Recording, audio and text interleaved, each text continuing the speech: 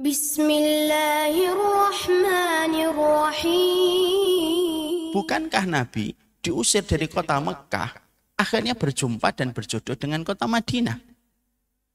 Dan akhirnya kota Madinah itulah yang memberikan kekuatan kepada baginda Nabi. Walaupun ketika Nabi itu keluar dari kota Mekah, sedih beliau, karena itu kota kelahirannya.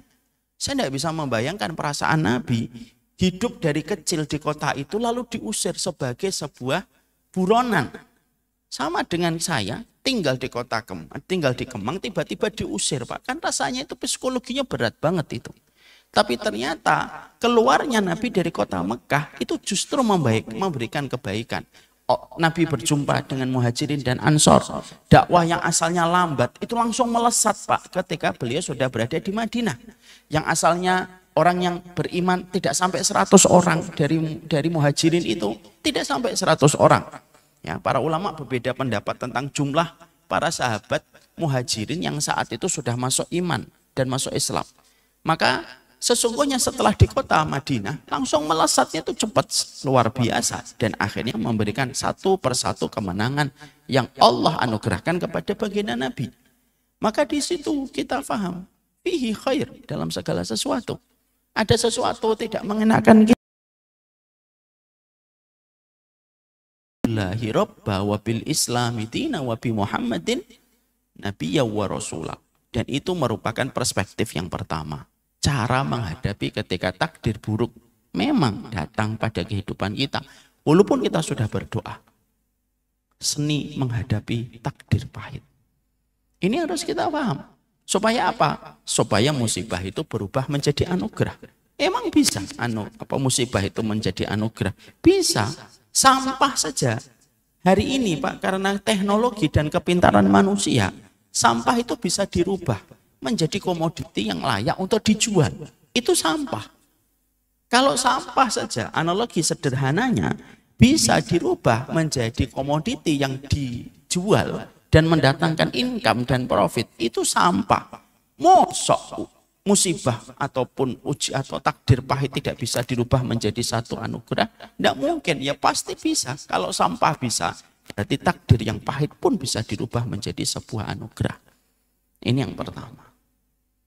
Katakanlah kepada segala sesuatu fihi khair. Semua itu ada kebaikannya. Ya, tiba-tiba ada orang memfitnah kita, ya sudah fihi khair, insya Allah. Ini yang pertama.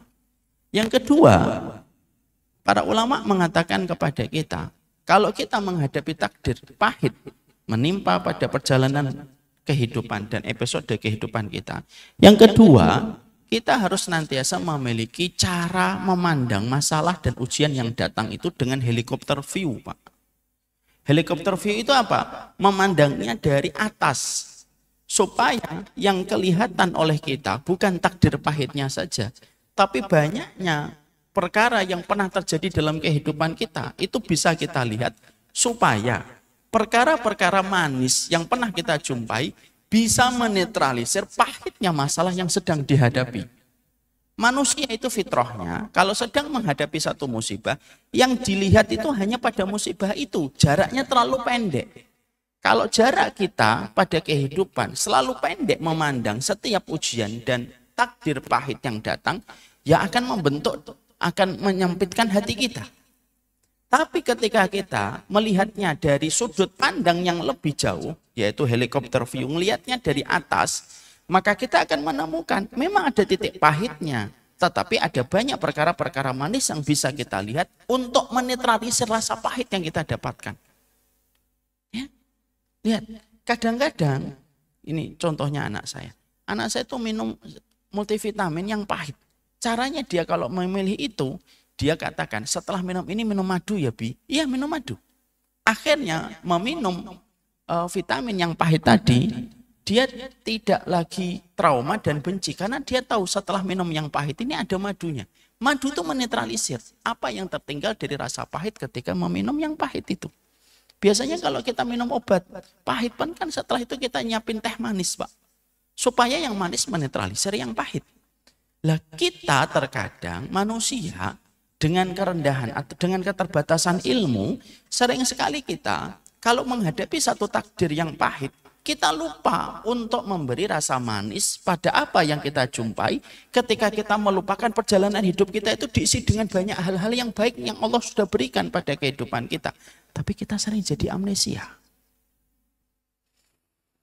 Mari kita lihat Pak, caranya para ulama salaf dan orang-orang solih ketika mereka itu memandang dengan helikopter view pada setiap takdir pahit yang mereka jumpai. Pertama, Nabi Ayub. Nabi Ayub itu diberikan oleh Allah takdir yang pahitnya itu berlipat-lipat dan bertumpuk-tumpuk Pak. Satu, diberikan sakit. Sakitnya sebagian besar para mu'arrikhin mengatakan sakitnya Nabi Ayub itu sakit yang berat. Yang Allah belum pernah timpakan orang sebelumnya. Wa tatasaqat luhumu Ayub. Jatuh berguguran itu daging-dagingnya Nabi Ayub. Sudah begitu, ditambah lagi bisnisnya hancur Pak. Peternakannya semuanya mati. Sudah begitu, anaknya meninggal Pak. Itu kan berarti musibah dari empat arah mata angin Pak.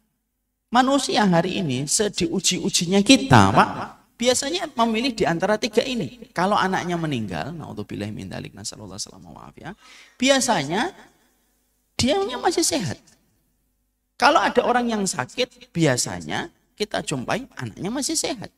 Kadang-kadang kalaupun ujian misalkan bisnisnya hancur, dia masih punya keluarga. Kalau Nabi Ayub enggak Pak. Sudah beliau sakit yang berat, di usia yang tidak lagi muda, usia 70 tahun. Ditambah lagi, bisnisnya hancur.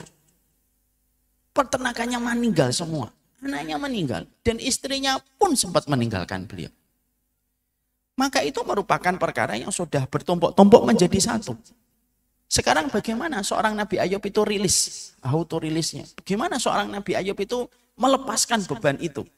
Nabi Ayub itu ketika mencoba melepaskan beban takdir pahit yang dihadapi oleh Nabi Ayub pada saat itu, ketika usia tidak lagi muda, sempat istrinya sebelum meninggalkan Nabi Ayub itu berkata, kenapa kamu kok tampaknya bersyukur dengan sakitmu? Dan kenapa kamu tidak berdoa meminta kesembuhan dari Allah?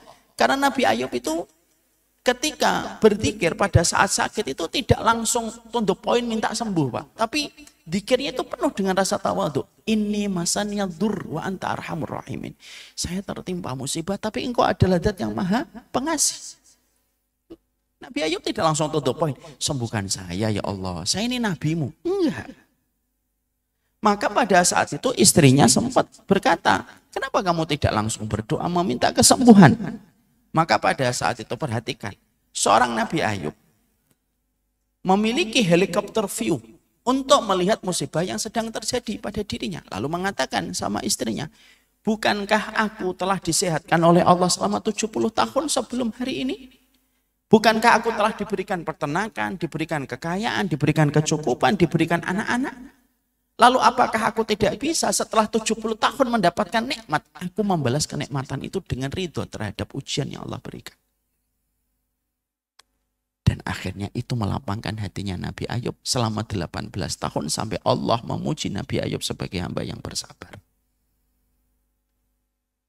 Kadang-kadang kita kalau sedang menghadapi satu perkara yang tidak mengenakan, ada seorang anak, dia terkena hutang pengasuhan sama orang tuanya. Lalu yang diingat dari orang tua itu yang nggak enak. Tapi dia lupa bahwasanya orang tuanya tetap memiliki banyak kebaikan. Sempat itu ada yang datang kepada kami, cerita tentang orang tuanya. Saya bilang, walaupun orang tuamu mungkin memberikan memori buruk, tapi setidaknya bapak dan ibu yang memberikan kamu air susu, tidak meninggalkan kamu di bawah jembatan, tetap nyekolahkan kamu, tetap bersabar walaupun kamu terkadang memiliki banyak keterbatasan. Kenapa yang diingat itu yang buruk dari memorinya? Ketika dibentak, ketika pernah dipukul, tapi tidak mengingat tentang kebaikan yang pernah diberikan sama orang tua. Nah, beliau langsung saat itu tertunduk. Kita ini kadang-kadang Pak, ketika menghadapi satu takdir yang pahit, seakan-akan takdir yang pahit itu melupakan semua kebaikan yang pernah Allah berikan kepada kita. Dan itu sering menjadi masalah, menyempitkan hati dan menjadi sebuah senjata bagi setan. يا ربي شكرا هديت قلبي شكرا